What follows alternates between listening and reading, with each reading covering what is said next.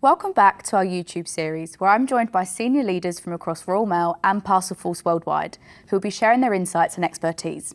Together, we'll explore how we're transforming and evolving to meet the needs of our customers. Royal Mail has set a new milestone to nearly double its out-of-home parcel points by 2030, including shops, lockers and postboxes, reinforcing its commitment to making parcel services more convenient for customers. Today, I'm here with Managing Director of Out of Home and Commercial Excellence, Jack Clarkson, to talk about Royal Mail's strategic shift towards multi-channel delivery and collection. That's a really interesting job title, but what exactly does out of home mean? That's a good question. Whenever anybody asks me what out of home is, I always say two things really.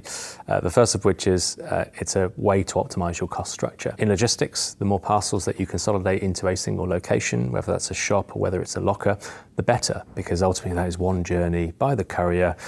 They can collect the parcels, they can also deliver parcels at a point. And if you think about that in comparison to home delivery, where you're walking down every single garden path every single day, from a cost perspective, to deliver that parcel, it really starts to reduce your cost per parcel. Now, understood there are some nuances around Royal Mail because of the USO and whatnot, but let's not go into that here. The second thing I always say is this is about convenience and choice for customers. Whether it's a shop, whether it's a locker, whether it's a drop box, whatever the out-of-home proposition is, it's just more ways for customers to access Royal Mail services in this instance, or any logistics service for them to collect, send and return their parcels. Yeah, that's a great summary, and it's definitely cleared a few points up. And in terms of how important it is to the strategy, could we go into that a bit more? As I said, 1 in 4 parcels could potentially be touching an out-of-home point by 2030. That's significant. And for Royal Mail to be the go-to logistics company in the whole of the UK, we obviously need to play in this space. Home delivery will continue to be the core for Royal Mail, but this is something that we really need to go at, and we need to go fast at. This is a significant part of the strategy. I mean, the next 5 years, it's hugely ambitious. Do you feel confident about it? Yeah, I do. Exactly, I really do. It's a cultural change in this organisation. It was only a couple of years ago that our strategy was literally to home delivery. So it's a big shift for both the market, but also internally. And I'm really pleased to have seen the reaction over the last 12 months of the company to really galvanise and rally around out of home as a thing, and what it means for our customers, what it means internally as well. So I think that that's great. So culturally, we're on board and we're moving ahead. I think we've made significant progress in bringing in some expertise as well from the market, which is great, and they're really having an impact. And also, as seen through our recent acquisition of Collect Plus for Royal Mail shops, we're willing to invest here. And I think that is a really important signal, both internally and externally, that out of home it's Royal Mail's market, and we're really going to win here. A big part of it is it's important that we evolve to what our customers want. I know you're a data man. Let's talk about data. Do we have any data to support the drive towards out-of-home convenience? Yes, so what is driving out of home, I think is a really important question. Customers and customer choice, customer behaviour, customer preference on price is really driving that. And we're seeing huge growth from e-commerce and re-commerce platforms, the likes of Vinted, eBay and others, where actually people are using these platforms in a way that we've never really seen in the market. And their expectations on choosing a delivery partner to deliver to them and where they want it has considerably changed. On the numbers, it's really interesting to see and learn from what's going on in Europe. All you have to do is go to Poland.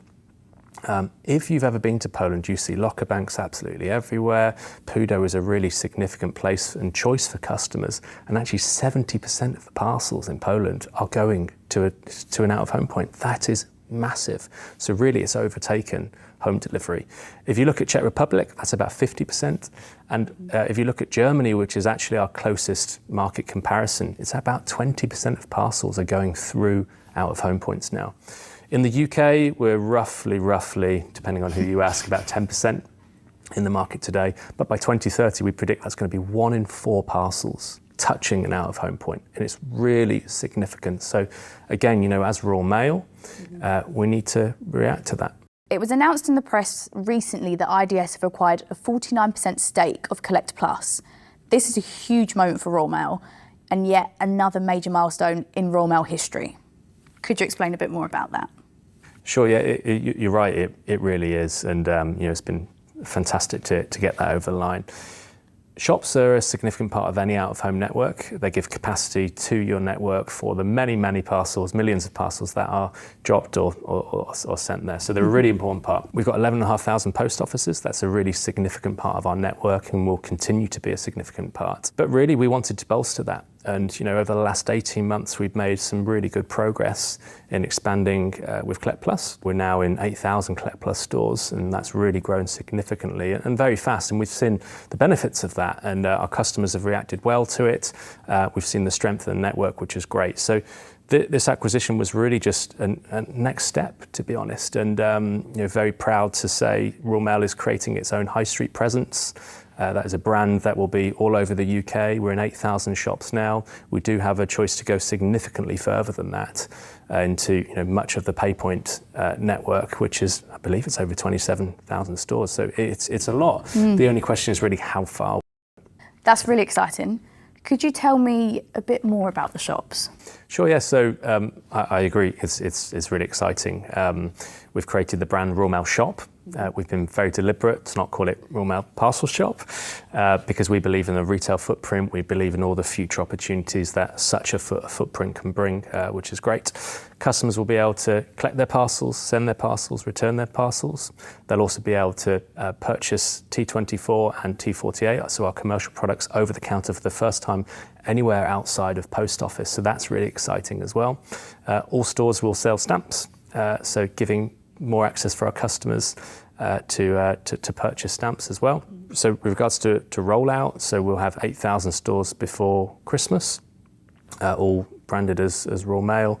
And yeah, we're also playing with the idea of point of sales. More on that in the future. Can't say too much about that at the moment, but that's also exciting evolution where we look to go in the next phase. Sure. And I guess for customers, can they expect it to be open 24/7, that easy accessibility there? There are longer opening hours, so it depends shop by shop, but usually these shops are open till 10 p.m. as well. So again, just giving further choice for customers to interact with our Royal Mail services, drop their parcels, collect their parcels as well. Sure. And the ambition itself is to make Parcel Points accessible within minutes of people's homes. Yeah, that's right. So again, really good news for the public, I think. I believe by 2030 we're going to be at 45,000 points. That's 11,500 post offices. That's 8,000 Collect Plus stores today, but with future opportunity. And really we've got other out-of-home propositions around drop boxes, around lockers, that will really fill the gap. This is all about supply and demand, and I've always been relatively uncomfortable actually saying the 45,000 Parcel Point number, because really, if there's demand in a particular area, you need to look at that demand and you need to say, right, well, actually, is a shop preferred there, or should we have a locker? How much capacity do we as Royal Mail need in that space to service that demand and service our customers the best? But look, bringing all of that together, I do think 45,000 is the most natural, best estimate that we have today.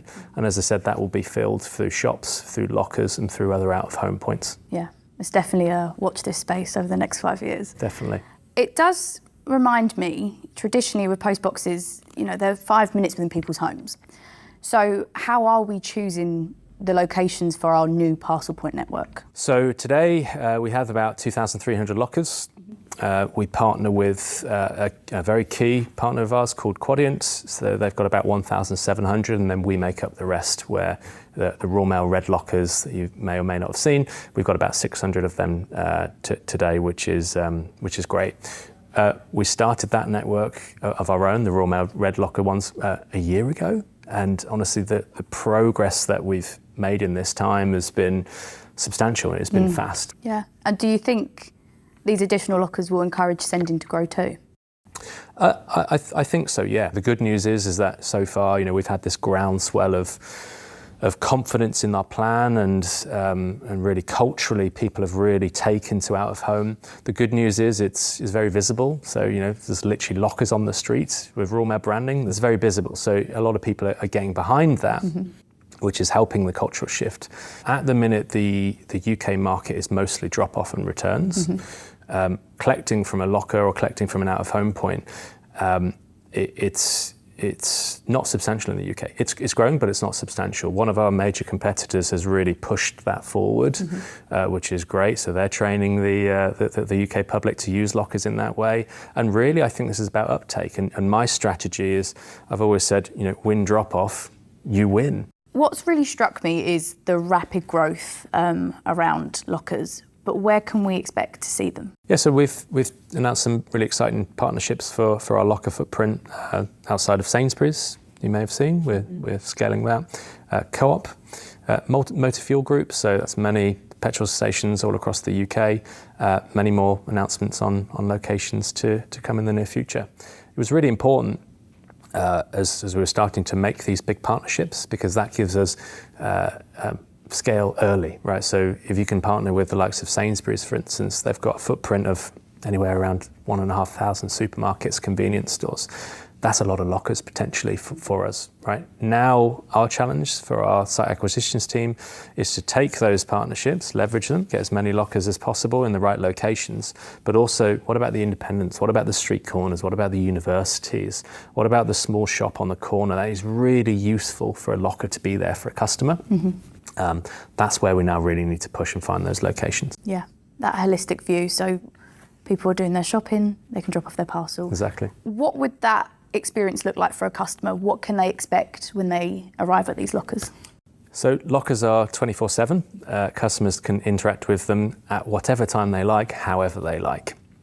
Which again is, I think, a real key part of the proposition of a locker itself. On our lockers, we've made some decisions around additional features, so customers can print their labels at a locker. Again, what I was saying is, we really believe in drop-off and returning as a starting point for lockers in the UK, and therefore, to make that journey as frictionless as possible, we decided to put printers on our lockers, so a customer can go up to the locker, scan their parcel. They can select whether they would like a label. We can print the label for them. They put it on the parcel, open the door, pop it in. Thank you very much. It's as simple as that. We do have some UX and CX changes going live. They will be live probably just after peak, so around January, where we're completely reskinning our journey to offer an even better customer experience for lockers. To again, just the whole spirit was, let's get an MVP launched. That has taken us so far, and as I mentioned earlier, we're really now ready to scale. And a key part of that is also the customer journey and the experience, to which again we're really going to put a lot of focus on now. Yeah, I think offering that label printing opportunity for customers is, I hate to say it, but game changer. Mainly because who has a printer at home these days, and most customers do want it to be as easy and simple as possible to print. Now, interestingly, so if you go across Europe and look at what some of our competitors are doing, their proposition is fabulous, right, around labels. You don't need labels. It's a label-less proposition where you can just put your parcel in, associate that compartment to you as a customer, and then the courier will come and actually label the parcel for you. That's the type of evolution now that we now want.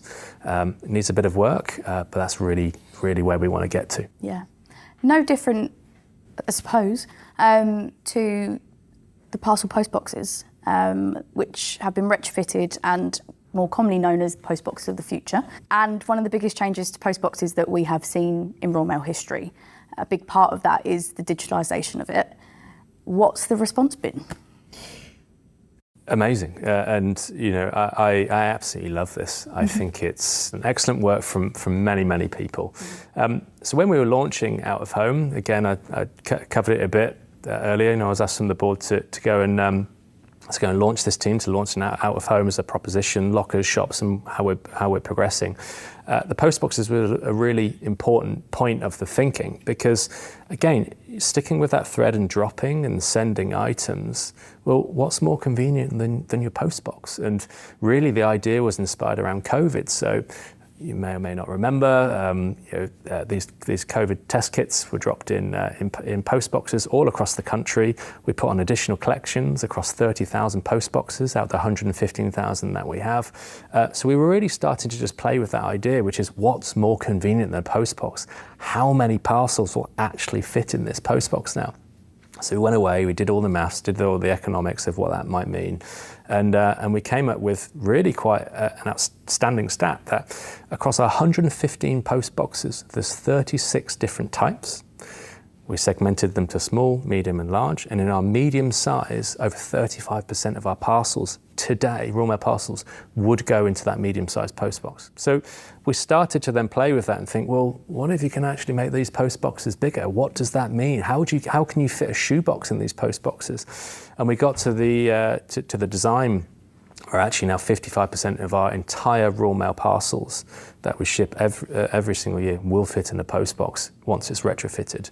So we gave that idea to our genius colleagues in engineering, so Neil Chaplin, Andrew Harris, and we said, guys, this is what we want, what can you achieve? And they came up with this absolutely amazing prototype to which we iterated, and honestly, it's amazing. Mm-hmm. I actually saw this week it's been named in the Times Top 300 innovations for wow. 2025. So congratulations to our engineering team. Yeah.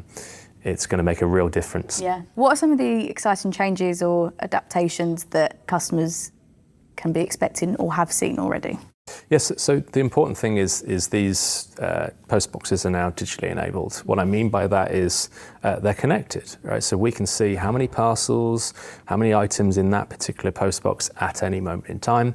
It also gives the customer the ability to scan the parcel on the post box itself, and that triggers a whole bunch of interactions with our app, with getting proof of postage, with telling us all kinds of data, which is brilliant. It's all powered by a solar panel, which I think is great, and again relatively ingenious to keep that going. And that allows customers to press the button on the post box itself, scan their parcel, pull the hatch down, put their parcel in, close it up, and then everything takes care of itself in our network from there. So next steps with the post boxes. So we're retrofitting 3,500 of them into post boxes of the future, which is great. Why is this such a powerful proposition for customers? Everybody knows where their post box is. So if we can enable our customers to drop more of their parcels in these points, that there's no more convenience than that, which I think, it's fantastic. Yeah. And what has the response been so far? Really good, really good. We've pushed it a bit, we've done a bit of PR around it, we've done a bit of marketing around it. I think the real catalyst for this now is to actually start to offer a postbox product, potentially a postbox price into the market. That should really be the catalyst for people getting used to dropping their parcels in these post boxes and actually trusting it, right? This is customer behavior that we're trying to change. But I believe that once people do drop their parcel in a post box and see how convenient it is, why wouldn't they do it again and again and again and again? So really, my task now is what are those market catalysts to really push that proposition? There's a lot of exciting ventures ahead for sure. 45,000 parcel points, that's a lot. It's a big space to fill. How do you plan on filling that? Yes, so as I said, home delivery will consistently be our core.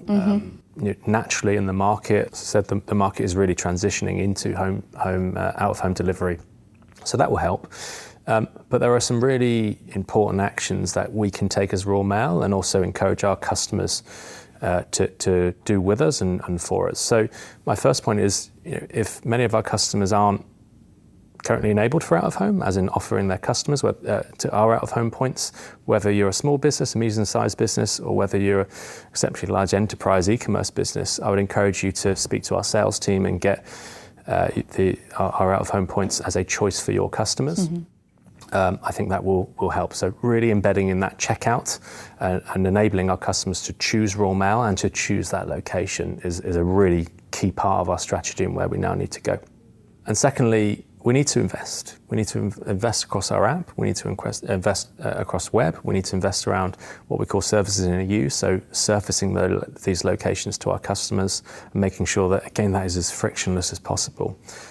I think there's also digital capabilities that we're looking at and exploring that we can introduce into the market. Things like labelless. I mentioned it earlier about our competitor and how they do it. Is that something that we want to do? Is that a proposition that we want? So really now, because again, we're at this maturity now where we can start to scale, my shift is really focusing on to like, how are we now filling this infrastructure? How are we pivoting from, we haven't got the infrastructure, we need to build it, into we've got the infrastructure, we need to continue that, but we need to fill it. And that's the really exciting part of my job, where I think over the next 12 months, my core focus is going to be. Thanks, Jack. Any final remarks on your side? Royal Mail is an amazing company. It's absolutely amazing. We have 120,000 people working around the clock to make this operation work. It's been very fast progress. It's been fantastic to lead and be a part of, and really to galvanise the organisation, as we said, around this. I think probably just one final message. Royal Mail, I believe, is the most convenient player in the UK, and we're going to continue to invest to make sure that remains the case.